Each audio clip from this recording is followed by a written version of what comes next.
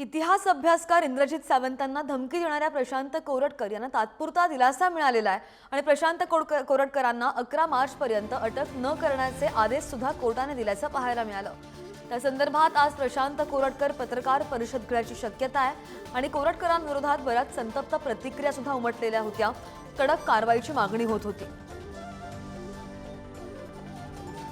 अधिकची माहितीवर आमचे प्रतिनिधी जितेंद्र शिंगाडे आपल्या सोबत आहेत। जितेंद्र, बऱ्याच दिवसांपासून प्रशांत कोरटकरांचा शोध सुरू होता, त्यानंतर आता त्यांना अटक न करण्याचे कोर्टाने आदेश दिलेले आहेत। आता काय भावना आहेत मराठा संघटना आणि शिवप्रेमींमध्ये?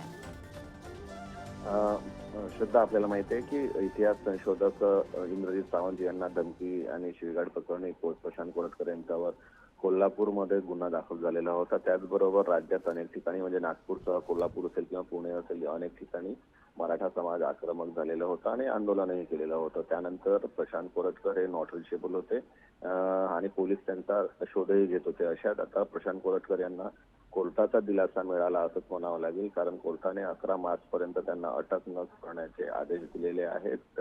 हा त्यांना अंतरिम दिलासा आहे आणि 11 मार्चला पुन्हा या प्रकरणाची सुनावणी होणार आहे। त्यानंतर प्रशांत कोरटकर यांच्याविषयी कोर्ट काय भूमिका घेते याकडे सर्वांचं लक्ष लागलं असेल। मात्र जी सध्याची भूमिका आहे की प्रशांत कोरटकर यांना अटक करून त्यांना त्याच्यावर कडक कारवाई करण्यात यावी यासाठी मोर्चे निघाले आणि अनेक ठिकाणी निदर्शनही झाली। मात्र आता त्यानंतर आता कोर्टाच्या आदेशानंतर नेमकी मराठा समाज असेल किंवा सकल मराठा समाज असेल किंवा कृती समिती ज्या काही आहेत किंवा शिवप्रेमी असेल यांच्या काय भूमिका असतात हे पाहणं महत्त्वाचं ठरणार आहे। त्यासाठी आजचा दिवस महत्त्वाचा आहे। याच दरम्यान प्रशांत कोरटकर हे आज पत्रकार परिषदही घेऊ शकतात अशी माहिती दिलेली आहे। मात्र ते कधी घेतील आणि नेमकी कुठे घेतील हे अजूनपर्यंत सांगण्यात आलेलं नाही। त्यामुळे याची शक्यता आहे तिथे पत्रकार परिषद घेऊन आपली भूमिका काय आहे ते स्पष्ट करतील। मात्र हो, नाही, बरोबर आहे। आणि याच पत्रकार परिषदेकडे लक्ष असेल। कोर्टाने जरी दिलासा दिला तरी सुद्धा ते पत्रकार परिषद घेऊन काय बोलणार याकडे लक्ष असेल। जितेंद्र, धन्यवाद दिलेल्या माहितीसाठी।